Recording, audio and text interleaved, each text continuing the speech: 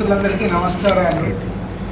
వాళ్ళ దేశవ్యాప్తంగా 3 ఏళ్లకు ఒకసారి కమ్యూనిస్ట్ పార్టీల మహాసభలు జరగడం అనేది ఆనవాయితీ. అందులో భాగంగా శాఖ మహాసభలు, మండల మహాసభలు, అదేవిధంగా జిల్లా మహాసభలు కూడా వాళ్ళ జరుపుకుంటూ ఉన్నాం. మరి ఇప్పటికే 2 జిల్లాలు, విశాఖ, అనకాపల్లి 2 జిల్లాల్లో మహాసభలు కూడా పూర్తయినాయి. 26 జిల్లాల్లో కూడా మహాసభలు పూర్తయిన తర్వాత ఆగస్టు 23, 24, 25 తేదీల్లో ఒంగోలు నగరంలో సిపిఐ రాష్ట్ర మహాసభలు జరుపుకోబోతూ ఉన్నాం. ఆ పద్ధతిలో అన్ని రాష్ట్రాల్లో కూడా మహాసభలు పూర్తయిన తర్వాత సెప్టెంబర్ 21 నుండి 25వ తేదీ వరకు భారత కమ్యూనిస్ట్ పార్టీ 25వ జాతీయ మహాసభలు చండీగఢ్ నగరంలో జరగబోతూ ఉన్నాయి.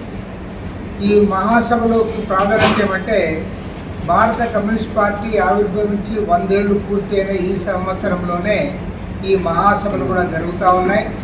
రేపు డిసెంబర్ 26వ తేదీ నాటికి సిపిఐ ఆవిర్భవించి 100 ఇయర్స్ అవుతుంది. ఆ సందర్భంగా ఖమ్మం నగరంలో భారీ ఎత్తున లక్షలాది మందితో ర్యాలీ కూడా నిర్వహించబోతూ ఉన్నారు. దానికి ముందుగా డిసెంబర్ 24, 25 తేదీల్లో వివిధ దేశాల కమ్యూనిస్ట్ నాయకులందరూ కూడా ఆహ్వానించి దేశవ్యాప్తంగా ఉన్న వామపక్ష మేధావులను కూడా ఇన్వైట్ చేసి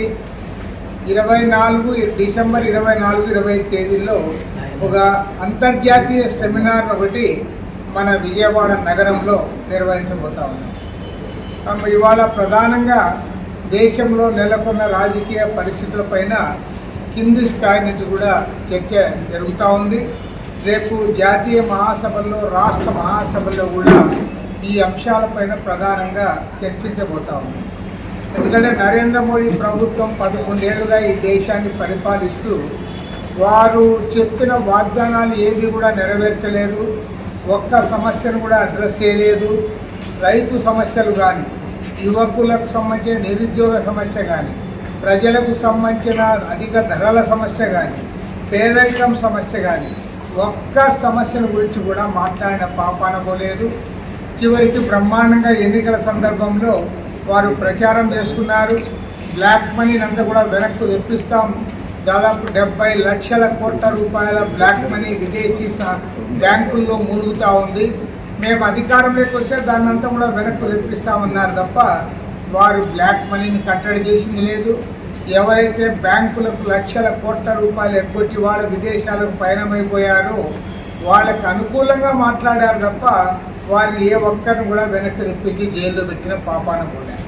కాబట్టి అంటే ప్రజా సమస్యలేవి పరిష్కారం చేయకుండా ప్రజల మధ్య చీలిక తెచ్చి మత ప్రాతిపదిక పైన విభజన చేసి తద్వారా మెజారిటీ మతస్థులను వారందరినీ సంతృప్తిపరిచి వారి అధికారాన్ని నిలబెట్టుకోవాలని ప్రయత్నం చేస్తూ ఉన్నారు.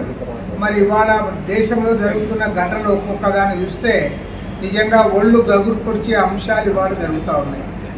ఇవాళ ఆపరేషన్ సింధూర్ అన్నారు. దానికి ముందుగా జమ్మూ కాశ్మీర్ రాష్ట్రంలో పహల్గామ్ ఘటన జరిగింది.